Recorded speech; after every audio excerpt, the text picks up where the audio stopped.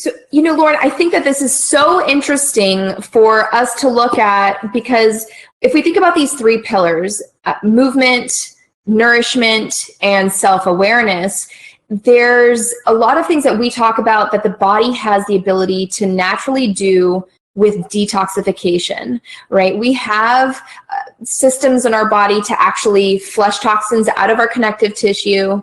There's ways to support that, right? Which is what we're diving into with how we move. And then similarly, we have important organs like our liver and our gallbladder. Those are some of the main ones to clear out all sorts of waste that we need to process from our hormones, from environmental toxins, from the food we eat.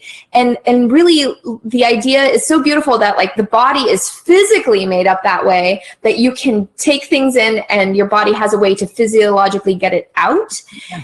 What's so fascinating to me and so important about bringing these three pillars together is what you're talking about with self-awareness, where the body, the mind, the soul have their own innate ability, right? Yeah. And this connection with how you take that longing. I mean, I'm going to let you talk about this because you say it so much better than I do, with that sensation that we're born with.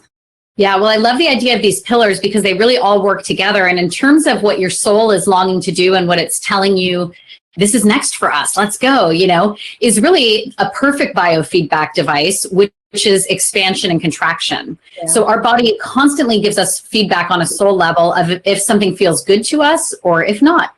Mm-hmm. And so when we think about what we're longing for, it's like this urge, it's this desire to go there. And if I had it, it would feel so expansive. Mm-hmm. And the feeling of not having it and continuing down the path that I'm on of not listening to that longing feels very constrictive. Mm-hmm. And so I think of human birth as sort of living at an intersection. If you're doing it, I don't know if doing it right is the right term, but if you're honoring the higher part of you and your human body, you're living right at a crossroads of your human nature, which has feelings and a nervous system and all of that, in perfect harmony with this infinite side of you that's only awareness. Mm-hmm. And when you live in harmony with both sides of your nature, it's magical what you can do and what you can create.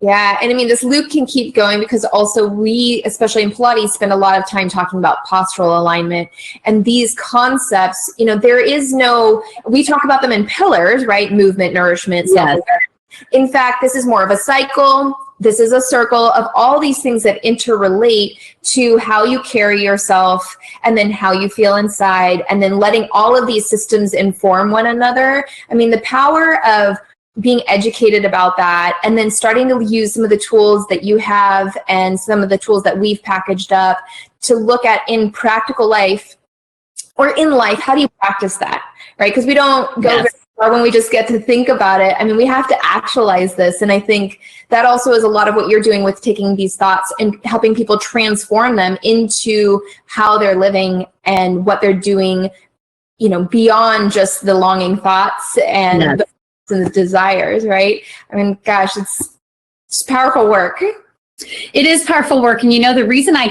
actually named my company Soul Savvy is because we're in a human body. It's not just soul. We're living and blessed to live a human birth. And the savvy part means having some practical effect on this human life that we're living. And we can't just live in the soul. We have to also live in the body. And so that's why I called it Soul Savvy, so that we could combine with both.